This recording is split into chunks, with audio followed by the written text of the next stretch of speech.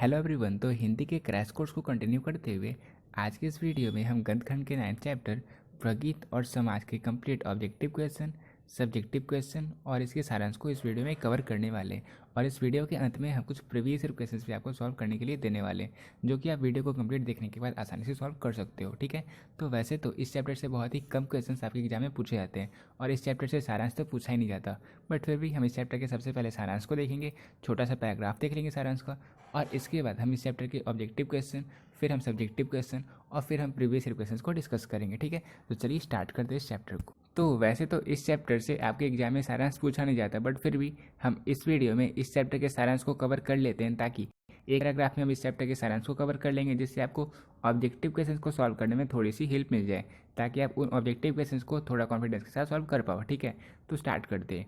प्रगीत और समाज, ये जो निबंध है ये एक आलोचनात्मक निबंध है।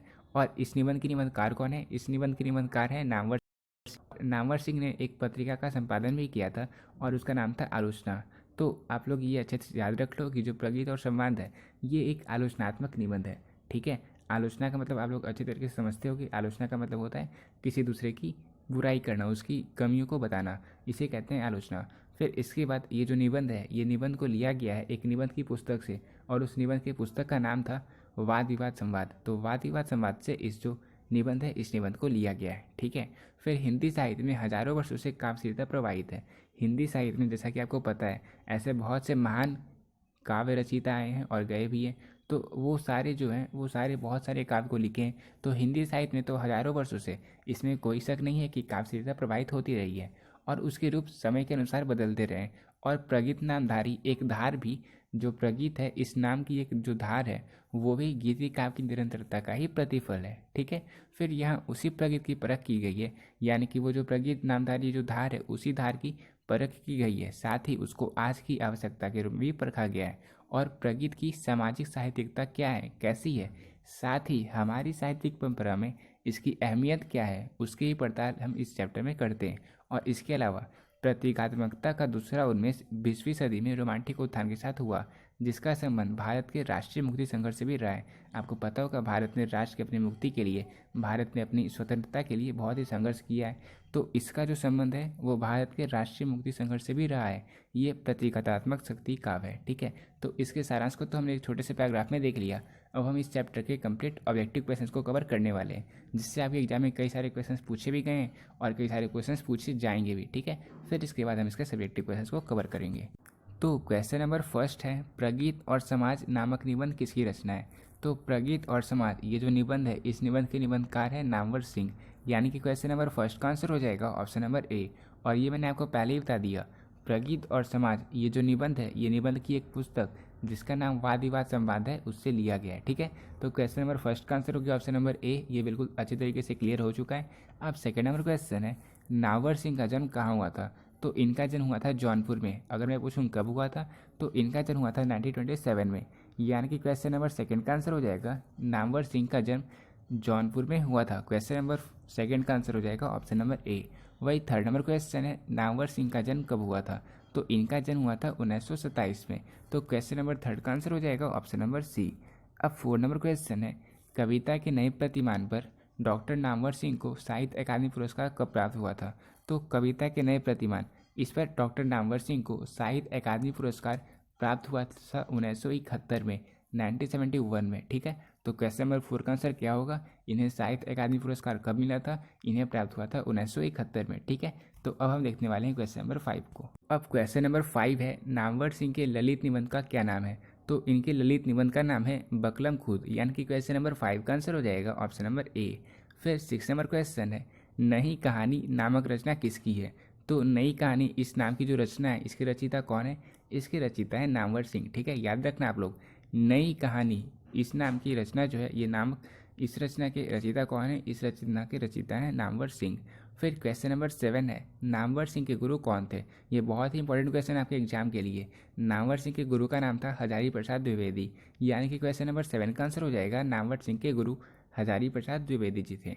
फिर 8 नंबर क्वेश्चन है, नामवर सिंह किस पत्रिका के संपादक थे?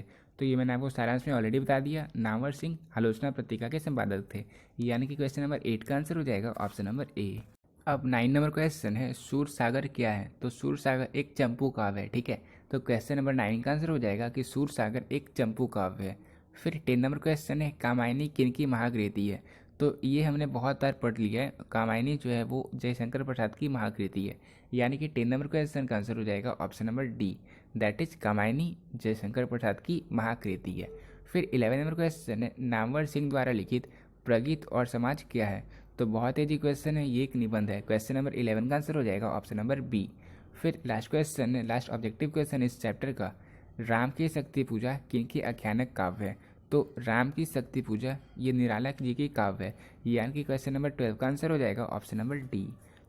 तो अब हमने इस चैप्टर के कंप्लीट ऑब्जेक्टिव क्वेश्चंस को कवर कर लिया है। अब हम इस चैप्टर के कंप्लीट सब्जेक्टिव क्वेश्चंस को कवर करने वाले। तो क्वेश्चन नंबर फर्स्ट है, आचार्य रामचंद्र शुक्ल के काव्य आदर्श क्या थे? पाठ के आधार पर स्पष्ट करें। तो ये क्वेश्चन आपने बहुत बार देखा होगा, क्योंकि ये क्वेश्चन आपके एग्जाम में कई बार पूछा गया है। तो आचार्य रामचंद्र शुक्ल के काव्य आदर्श प्रबंधात्मक थे। कारण ये है कि प्रबंध काव्य में ही मानव जीवन का एक पूर्ण दृश्य समाहित हो सकता है। सूरसागर भी वे इसी कारण से मोहित थे। वो महाकाव्य की श्रेणी में आते हैं और आधुनिक कविता से भी आचार्य रामचंद्र शुक्ल जी को बहुत ही शिकायत थी। पहले तो ये थे कि कला कला के लिए के आधार पर यूरोप में जो प्रगीत मुक्तकों का प्रचलन हुआ था उसका आधार लेकर उनकी हमारे यहाँ भी इनकी रचना हुई थी, और साथ ही वे नितांत व्यक्तिगत रहे। तो कला कला के लिए क्या होता है, मे बी ये आपको अभी अच्छी तरीके से पता ना चला हो, ये आपको पता चलेगा अगले क्वेश्चन में, ठीक है। इसके बाद जो नेक्स्ट क्वेश्चन हम करवाने वाले हैं वहाँ भी हम कला कला के लिए का संपूर्ण अर्थ देखेंगे। अभी आप ये जान लो कि कला कला के लिए के आधार पर यूरोप में जो प्रगीत मुक्तकों का प्रचलन हुआ था उसका आधार लेकर उनकी हमारे यहाँ भी कई रचनाएं हुई थी, और वे नितांत व्यक्तिगत रहे। और उन रचनाओं में समष्टि चिंतन या समष्टि कल्याण को खोजना बालू में नाव चलाना ही है, यानी कि वो बेकार कार्य है, बालू में कभी नाव नहीं चल सकता। उसी प्रकार उस तरह के प्रगीत मुक्तकों में समष्टि चिंतन और समष्टि कल्याण को खोजना व्यर्थ है, ठीक है। तो स्थिति तो अब ऐसी आ गई थी, रामचंद्र शुक्ल जी के अनुसार स्थिति तो अब ऐसी आ गई थी कि जहाँ पे एक लंबी कविता पढ़ने का जो फैशन था वो भी चला गया था, क्योंकि अब फुर्सत किसे है। विशुद्ध काव्य के नाम पर जो लिखा गया वह छोटे छोटे मुक्तकों में ही समा गया था, वहाँ जीवन रस तो था ही नहीं, ठीक है। तो ये सारे रामचंद्र शुक्ल जी के विचार थे। फिर लेकिन जब उन्होंने शेर सिंह का शस्त्र समर्पण, प्रलय की छाया तथा कमायनी, कमायनी किसकी रचना थी? मैंने आपको वही बताया था, जयशंकर प्रसाद जी की रचना थी। तो प्रलय की छाया, कमायनी यानी कि निराला जी की, राम की शक्ति पूजा तथा तुलसीदास जैसे आख्यानक सामने आए तो शुक्ल जी को संतोष हुआ। उन्हें अब लगा कि नहीं, अब जो हमारा काव्य है वो सही डायरेक्शन की ओर जा रहा है, सही राह की ओर जा रहा है, ठीक है। तो आचार्य रामचंद्र शुक्ल जी को शिकायत किन चीज़ों से थी और वो किस तरह के काव्य को ज़्यादा प्रीफर करते थे, इसे हमने देख लिया। अब हम देखने वाले हैं नेक्स्ट क्वेश्चन को। अब क्वेश्चन नंबर सेकंड है, कला कला के लिए सिद्धांत क्या है? तो देखो, इस सिद्धांत का वर्णन मैंने आपको पिछले क्वेश्चन में भी किया था, जहाँ पे मैंने आपको ये बताया था कि कला कला के सिद्धांत पर ही यूरोप में प्रगीत मुक्तकों का प्रचलन हुआ था, ठीक है। तो अब हम देखने वाले हैं कि कला कला के लिए का क्या अर्थ होता है, इस सिद्धांत का क्या अर्थ है। तो इस सिद्धांत का अर्थ है कि कला लोगों में क्रिएटिविटी का भाव उत्पन्न करता है, और जो रीडर होते हैं वो इसे पढ़कर इनके द्वारा रस और जो माधुर्य होता है उसकी अनुभूति की जाती है रीडर्स के द्वारा, यानी कि जो पाठक होते हैं उनके द्वारा इन्हें पढ़कर रस एवं माधुर्य की अनुभूति होती है, और इसलिए प्रगीत मुक्तकों की रचना का भी प्रचलन बढ़ा है। कला कला के लिए ये जो सिद्धांत है, जिससे जो लोग होते हैं, जो पढ़ने वाले जो पाठक होते हैं, उनमें क्रिएटिविटी का भाव उत्पन्न होता है, जिससे वो रस और माधुर्य की अनुभूति कर पाते हैं। इसी कारण प्रगीत मुक्तकों का प्रचलन जो है वो बढ़ा है, इनकी जो रचना है वो बढ़ी है, ठीक है। तो ये हो गया क्वेश्चन नंबर सेकंड। अब देखो, ये जो चैप्टर है, इस चैप्टर में आपको साहित्य से जुड़े जितने भी क्वेश्चन हैं सब साहित्य से जुड़े हैं, और अगर आपको इसमें इंटरेस्ट नहीं है, अगर आपको ये नहीं पता कि मुक्तक क्या है, तो इन चीज़ों को समझने में आपको बहुत ही प्रॉब्लम होने वाला है। लेकिन फिर भी जितना इंटरेस्टिंग मैं आप सभी के लिए बना सकता हूँ मैं बनाने की कोशिश कर रहा हूँ, और ये चैप्टर पूरी तरीके से साहित्य से ही जुड़ा है। तो जितने क्वेश्चंस आपको मिलेंगे सारे बिल्कुल साहित्य से जुड़े रहेंगे, जहाँ पे आपको ये दिखने को मिलेगा कि प्रगीत क्या होता है, मुक्तक क्या होते हैं।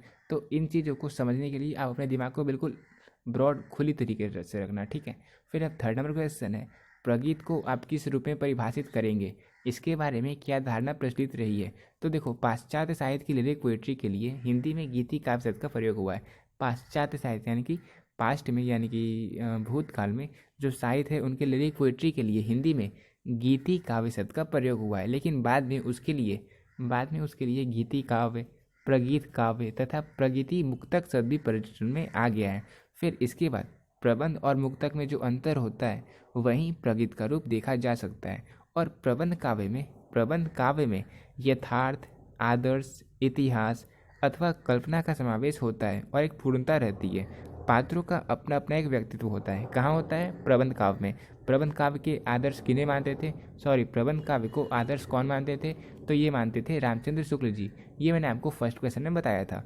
तो प्रबंध काव्य में यथार्थ, आदर्श, इतिहास अथवा कल्पना का समावेश होता है और एक पूर्णता रहती है। पात्रों को अपना अपना व्यक्तित्व पता रहता है। परंतु प्रगीत में बिना किसी बाधा के प्रत्यक्ष व्यक्तित्व की अभिव्यक्ति होती है और यहाँ पर प्रत्यक्ष संकोच, कुंठारहित निजी व्यक्तित्व तथा उच्छ्वासित भाव तरंगों को ही वाणी प्रदान की जाती है। और यहाँ सहज सरलता यानी कि लिक्विडिटी, अबाध मुक्तता और प्रत्यक्ष अनुभूति की यानी कि डायरेक्ट जो आपका इमोशन है उसकी अनुभूति की ध्वनि दिखाई पड़ती है।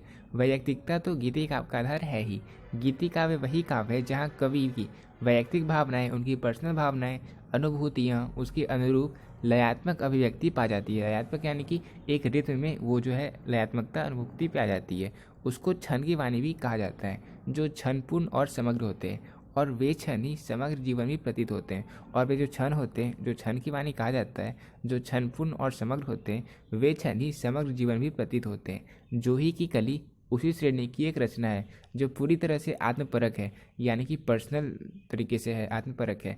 ये भी माना जा सकता है कि प्रगीत काव्य वस्तुगत यथार्थ अपनी चरम आत्मपरकता का रूप लेकर ही उभरता है। ठीक है, तो ये सारे जो क्वेश्चन हैं ये सारे बिल्कुल साहित्य से जुड़े हैं और इस चैप्टर में आपको बस साहित्य के क्वेश्चन से मिलने वाले हैं। हालांकि इसके बाद जितने भी चैप्टर हैं सारे साहित्य बहुत ही इंटरेस्टिंग है। तो अब नेक्स्ट क्वेश्चन है, आधुनिक प्रगीत काव्य किन अर्थों में भक्ति काव्य से अलग और गुप्त जी आदि के प्रबंध काव्य से विशिष्ट है? क्या आप आलोचक से सहमत हैं? अपने विचार दें। तो आधुनिक प्रगीत काव्य किन अर्थों में भक्ति काव्य से अलग है और गुप्त जी आदि के प्रबंध काव्य से विशिष्ट है? ये जो आलोचक ने यानी कि नामवर सिंह ने कहा था, तो हम लोग इनसे सहमत हैं, अपने हमें विचार देना है। तो देखो, नामवर सिंह की जो मृत्यु हुई थी ना, वो हुई थी 19 फरवरी 2019 में। और इनका जन्म कब हुआ था ये तो मैंने आपको ऑलरेडी बता ही दिया। हालांकि इनकी मृत्यु आपके एग्जाम में पूछी नहीं जाएगी, बस ये मैंने आपको इसलिए बता दिया बिकॉज 2020 के पेपर में जब मैंने खुद पेपर दिया था तो उसके पहले, क्योंकि इस चैप्टर को मैंने पढ़ा था और ये बहुत ही बोरिंग सब्जेक्ट था, बोरिंग चैप्टर था, तो इसलिए जो चीज़ मतलब मेरा वीक पोर्शन था उस पर मैं ज़्यादा टाइम देता था। ये मेरा स्टार्टिंग से मेरा आदत है, क्योंकि आप लोग उस फैक्ट को जानते ही होंगे कि जो सब्जेक्ट आपका सबसे वीकेस्ट सब्जेक्ट हो उसे आप तब तक पढ़ो, उस पर आप तब तक अपना टाइम दो जब तक वो आपका स्ट्रॉन्गेस्ट सब्जेक्ट ना हो जाए। तो बस इसीलिए मैंने इसके जो ऑथर है, जो नामवर सिंह है, उनका नाम सर्च किया था, फिर इनकी सारी जानकारी मैंने एकत्र की थी और उसके बाद मैंने इस चैप्टर को पूरी तरीके से अच्छे तरीके से कंप्लीट किया था। तो इसलिए ये मैं आपको ये बताना चाहता हूँ कि अगर आपको कोई भी सब्जेक्ट से, कोई भी चैप्टर से आपको जितना डर लग रहा है, जितना आप पढ़ना नहीं चाह रहे हो, आप उसको उतना ही टाइम दो, ताकि उसके सारे क्वेश्चंस को आप मतलब जो और बच्चे, जो बाकी के बच्चे सॉल्व ना कर पाएँ, उसे आप सॉल्व करके आओ, क्योंकि आप बाकी से अलग हो। ठीक है, तो इस टेक्निक को आप लोग भी अप्लाई करने की कोशिश करो। चलो हम इस क्वेश्चन के आंसर को देखने वाले हैं।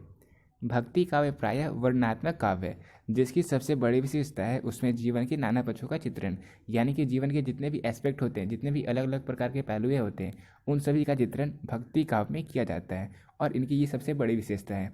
फिर आधुनिक प्रगीत काव्य में भी प्रबंध काव्य की भांति जीवन के साथ चित्र खींचे गए हैं। प्रसाद, मुक्तिबोध, निराला, नागार्जुन, शमशेर आदि को लंबी कविताएं। और देखो यहाँ पे जो मुक्तिबोध है, ये आपको लग रहा होगा ये क्या होता है, तो मुक्तिबोध एक कवि का नाम है। ठीक है, मुक्तिबोध ये जो कवि है इनका एक कविता है जो कि आपको पढ़ना है काव्य खंड में, 8th या 9th चैप्टर में आपको इनका एक चैप्टर पढ़ना है। तो मुक्तिबोध का पूरा नाम क्या था? इनका पूरा नाम था गजानन माधव मुक्तिबोध। ठीक है, तो आपको पता चल चुका होगा कि मुक्तिबोध क्या है, ये कवि का नाम है। तो फिर प्रसाद, मुक्तिबोध, निराला, नागार्जुन, शमशेर आदि को लंबी कविताएं यथा कामायनी, आंसू, राम की शक्ति पूजा, तुलसीदास, मुक्तिबोध को ब्रह्म राक्षस, पेशोला की प्रतिध्वनि, नागार्जुन के अकाल और उसके बाद जैसी कविताएं जिसमें जीवन के विविध चित्र कम महत्वपूर्ण नहीं है। यही कारण है कि आज के प्रगीत का स्वर सूक्ष्म है और निराला भी, यानी कि छोटा भी और अलग भी है। तो अब इस चैप्टर का एक लास्ट क्वेश्चन है, हिंदी की आधुनिक कविता की क्या विशेषताएं आलोचक ने बताई है? तो हिंदी की जो आधुनिक कविताएं हैं इनकी क्या क्या विशेषताएं आलोचक जो कि नामवर सिंह जी ने उन्होंने क्या क्या बताया है। तो देखो, नामवर सिंह जी एक आलोचक रहे। अगर आप उनकी जीवनी को देखोगे, अगर आप विकिपीडिया पे सर्च करोगे तो आपको पता चलेगा कि ये एक आलोचक थे और इन्होंने एक पत्रिका का संपादन भी किया था। उस पत्रिका का नाम आलोचक था। ठीक है, तो ये सारी चीज़ें आप देख सकते हो। और इनके पिता का क्या नाम था? इनके पिताजी का नाम था नागर सिंह। ये भी कभी कभी आपके एग्जाम में ऑब्जेक्टिव में पूछा जाता है। ठीक है, तो देखो हम इसके आंसर को देखने वाले हैं। देखो, आज के हिंदी काव्य में नई प्रगीतात्मकता का समावेश हो उठा है, जिसमें कवि का आत्मसंघर्ष तो है ही। यानी कि आजकल के जो नए नए आधुनिक कविताएं हैं उनमें कवि का आत्मसंघर्ष तो है ही, सामाजिक यथार्थी ओझल नहीं हुआ है। आज का कवि ना तो अपने आप को छिपाना चाहता है और ना ही समाज को नंगा करने में संकोच करता है। उसके अंदर किसी असंदिग्ध विश्व दृष्टि का मजबूत स्केच काटने की जिद है और ना बाहर की व्यवस्था को एक विराट पहाड़ के रूप में आंकने की हवस। अंदर का सूक्ष्मतम और सूक्ष्मतम सब बाहर है, बाहर का एक नन्हा कण भी अब सामने है। हर प्रकार की स्थिति, कथन, घटना बड़ी शांति से शब्दों में पिरो दी जाती है। उसका और समाज का रिश्ता एक नए कोण में देखा जा सकता है। यहाँ जो भी दिखता है वही नव प्रगीतात्मकता है। ठीक है, तो ये सारी जो विशेषताएं हैं, ये जो आधुनिक कविताएं की जो विशेषताएं हैं, वो सारी चीज़ों ने नामवर सिंह ने बताई थी। ठीक है, तो ये चैप्टर पूरी तरीके से कंप्लीट हो चुका है। अब हम इस चैप्टर के प्रीवियस ईयर क्वेश्चंस को देखने वाले हैं। तो वैसे तो इस चैप्टर से बहुत ही कम क्वेश्चंस आपके एग्जाम में पूछे जाते हैं, लेकिन क्योंकि कुछ क्वेश्चंस पूछे जाते हैं तो इसलिए हम जो क्वेश्चंस पूछे गए उन क्वेश्चंस को अब डिस्कस करने वाले हैं। तो क्वेश्चन नंबर 73 है, जयशंकर प्रसाद का महाकाव्य कौन सा है? तो देखो, कामायनी जो है वो जयशंकर प्रसाद का महाकाव्य है। ये मैंने आपको ऑब्जेक्टिव में ऑलरेडी करवा दिया। तो क्वेश्चन नंबर 73 का आंसर हो जाएगा ऑप्शन नंबर ए।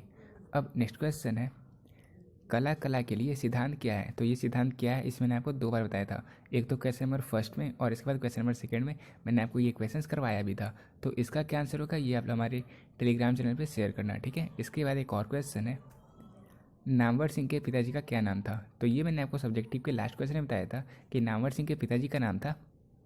इसे आप लोग नीचे कमेंट बॉक्स में आंसर करो। ठीक है, फिर इसके बाद नेक्स्ट क्वेश्चन है, प्रगीत और समाज किस विद्या की रचना है? तो प्रगीत और समाज किस विद्या की रचना है, ये भी हमने सारांश के सबसे स्टार्टिंग में कवर किया था। तो इसका क्या आंसर होगा, इसका आंसर भी आप लोग नीचे कमेंट बॉक्स में आंसर करना। और इसके बाद एक लास्ट क्वेश्चन है, नामवर सिंह किस पत्रिका के संपादन कर चुके थे? तो इसका क्या आंसर होगा ये भी मैंने आपको ऑलरेडी बता दिया। तो इसका भी आंसर आप लोग नीचे कमेंट बॉक्स में आंसर करना। देखो, जितने बच्चे हमारे इस वीडियो को देख रहे हैं सारे वीडियो को लाइक करना, चैनल को अगर सब्सक्राइब नहीं किया तो सब्सक्राइब कर देना। और इसके बाद जितने क्वेश्चन मैं आपको देता हूँ उन सारे क्वेश्चन का आंसर नीचे कमेंट बॉक्स में आंसर करना। ठीक है, मिलते हैं अपने नेक्स्ट वीडियो में, तब तक के लिए पीस आउट।